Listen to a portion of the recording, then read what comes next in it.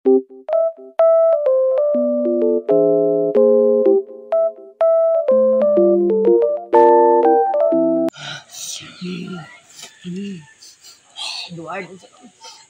Depensyal kila si Lester Marzan.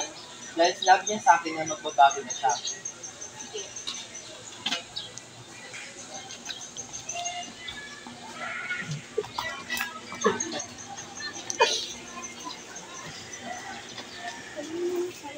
Lester, halika na. Pinansahan niya kita. Yes.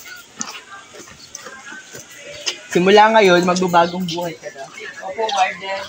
Oras na para magbago. Kailangan ko nang baguhin tong buhay ko. Maganda ata magnegosyo nito ah. Maganda. Ano bang pwedeng inegosyo? Street food, fishball,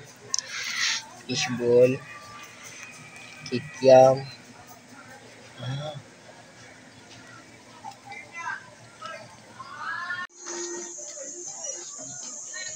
Ma'am, pwede ba kitang tanongin kung paano magsimula ng panibagong negosyo? Una, kailangan may pangkulit ka. Kaso wala po akong pere. Ito, ang simula mo. Maraming salamat po.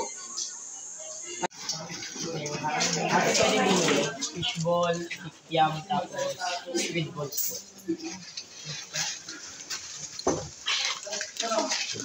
Sandali mo lang.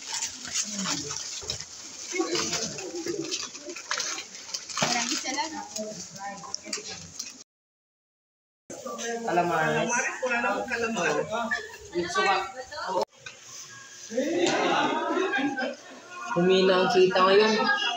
Hindi ko pa nababawi ang puhunan ko. Paano kaya kung magbawas ako ng tinda? Yung orange po na yan. Ay, yung intestine coated with butter shrimp. Butter na.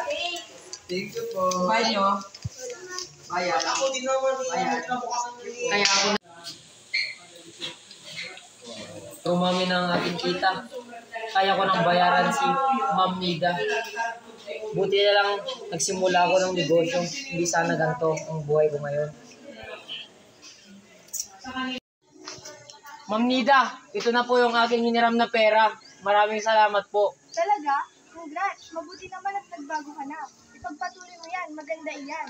Kung hindi dahil sa inyo, hindi ako magiging ganito. Maraming salamat po.